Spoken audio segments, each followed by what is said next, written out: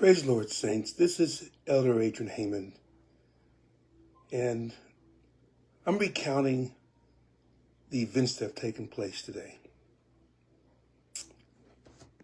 And it's interesting because we have been caught up over the shooting death of Charlie Kirk. I spoke about this earlier today regarding violence, but I needed to say something else because things have been in my head. I'm trying to get it out here. I'm hoping that the message that comes out at this particular moment is exactly what I'm trying or what I mean to say. I'm not going to talk about violence here. I will be doing another post tonight. But I'm trying to see where this animosity builds up so that one ends up killing a person who, regardless of whether they have made inflammatory remarks, as far as I could tell, never shot anybody. And I can say that for really anyone who's been killed. The Minnesota lawmaker and her spouse, and the other Minnesota lawmaker and his spouse. The first couple was killed. The second couple, fortunately, were able to recover. But in many of the cases, what we have done, we've always thought about free speech and the right to debate, exchange ideas, regardless of how it comes out. And I believe in free speech. But I also believe in respect.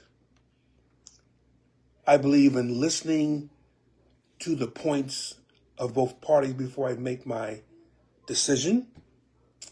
And I believe that one should not win a debate because they're louder, because they are more crude, because they talk incessantly and without giving the other person a chance to say anything. Those are things that I frown upon, but it seems to be the thing that makes people wonderful debater, though he's able to put his words out. But the whole idea of a debate is not to drown out the other person. And yes, I've seen it all done on both sides. You will see one person offer a mild rebuke, then the person goes off on a string, and maybe talk for about 4 or 5 minutes, and you can't stop him or her. And say, yeah, they got him good. What he did was bully somebody with their words, not allowing the person to say anything. So, of course, the other person couldn't say anything. The person looks wimpish to many people, whereas the aggressor looks like power, strength, regardless of the validity of their points. And I gotta say this.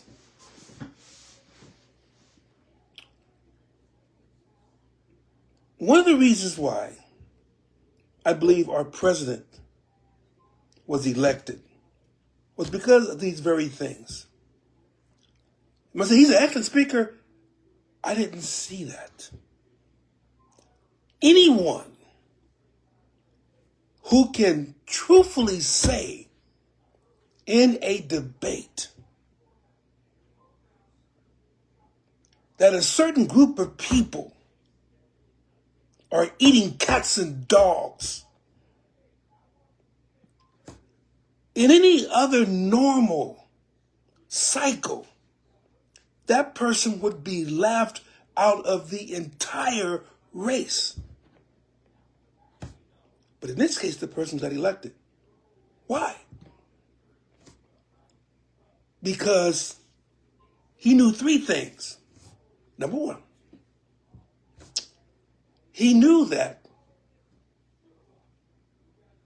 if he should bully his way towards a debate, and they did have some rules that kept him from doing as much, but it still happened,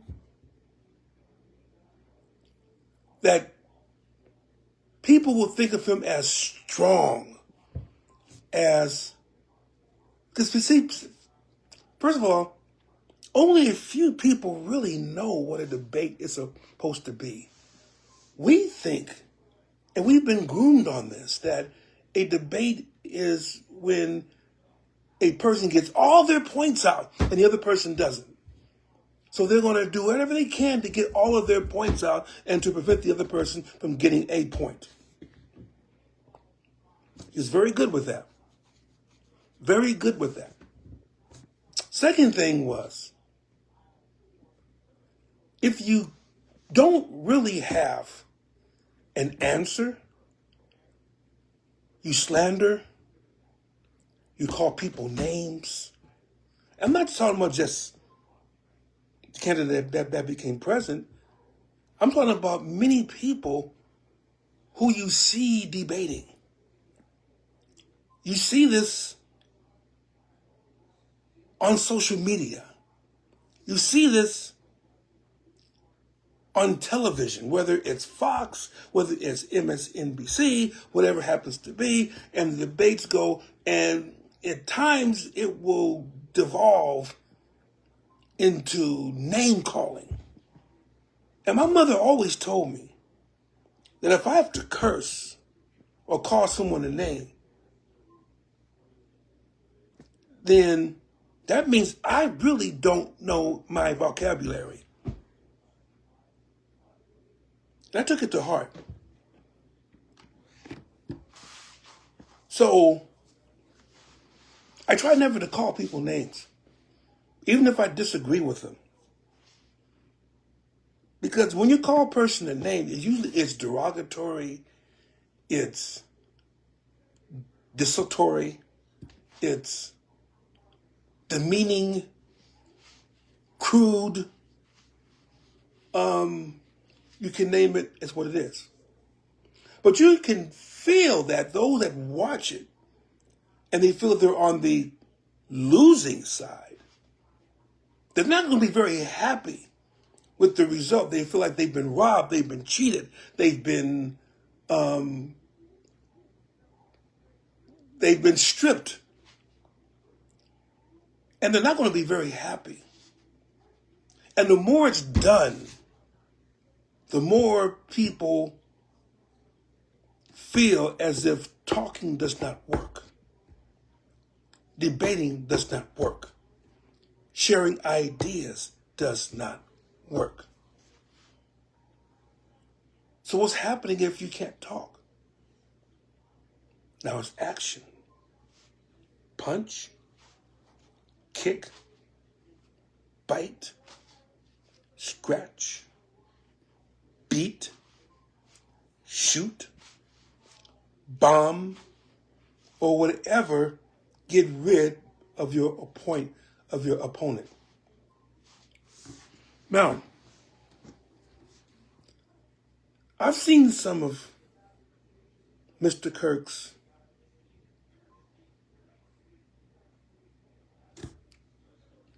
correspondence or his debating. And I think he comes from the school of hard knocks, which I'm not saying is bad, but you learn how to say that if you learn in the streets, you learn how to do a bare knuckle fight. And in his word, that's what Charlie Kirk did. Made people angry. And made a lot of people feel very good because he was on their side. I'm sure if he was on the other side, they'd feel the same way on the other side. But we don't share ideas.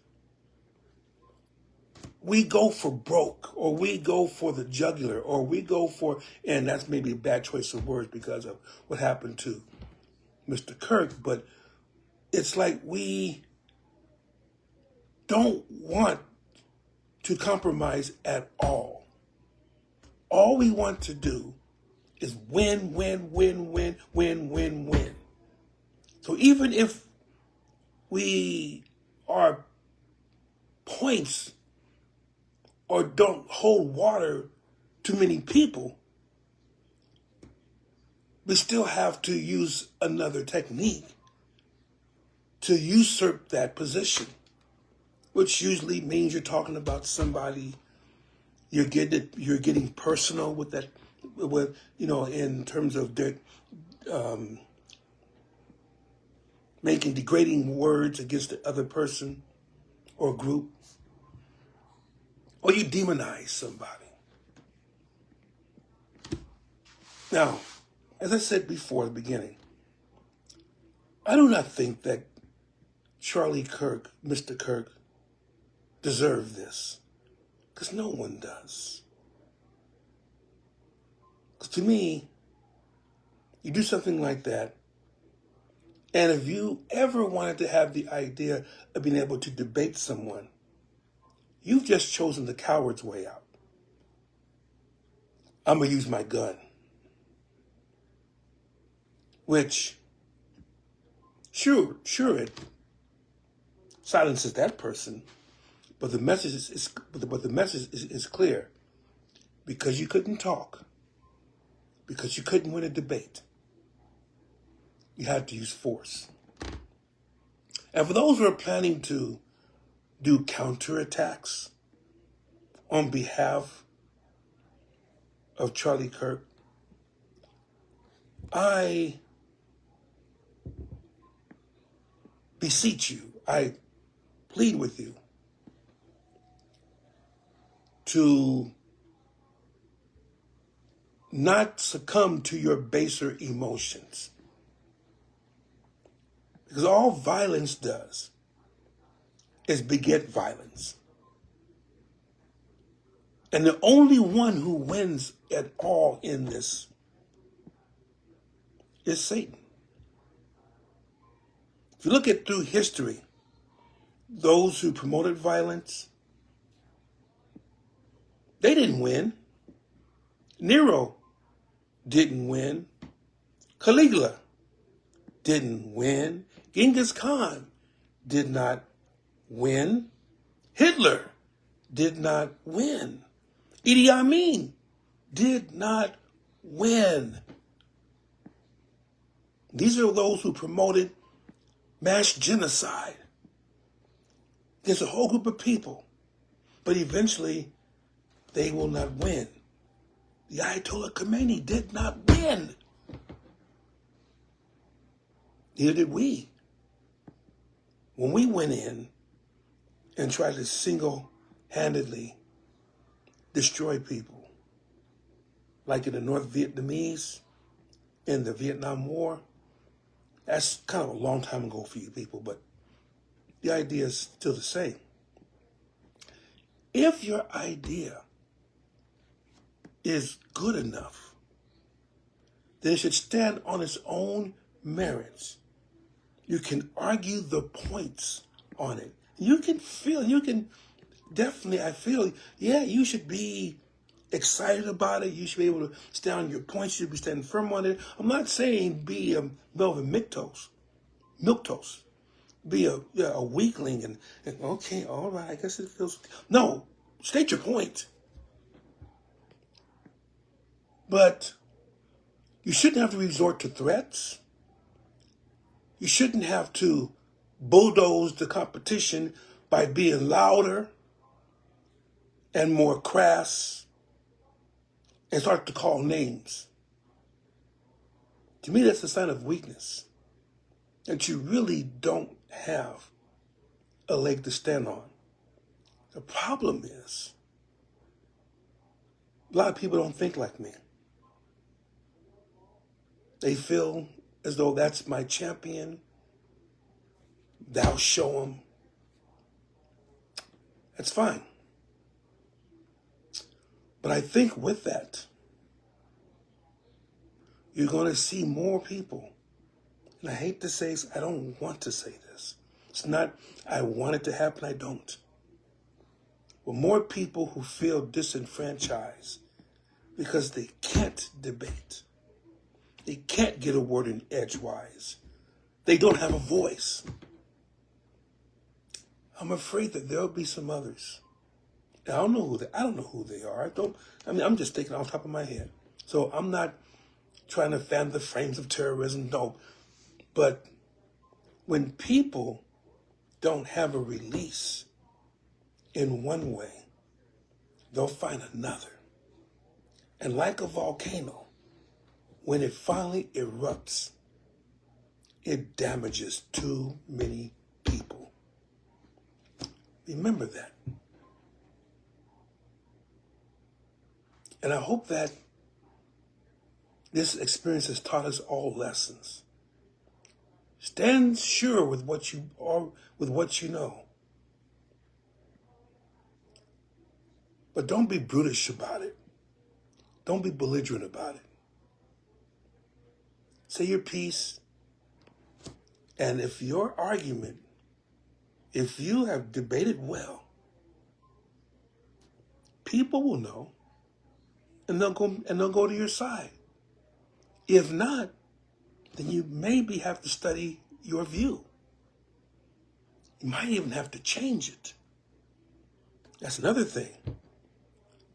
If we've got to be flexible, saints of God and everybody else. Not saying that you have to take down on your core-based beliefs. Would never tell you to do that.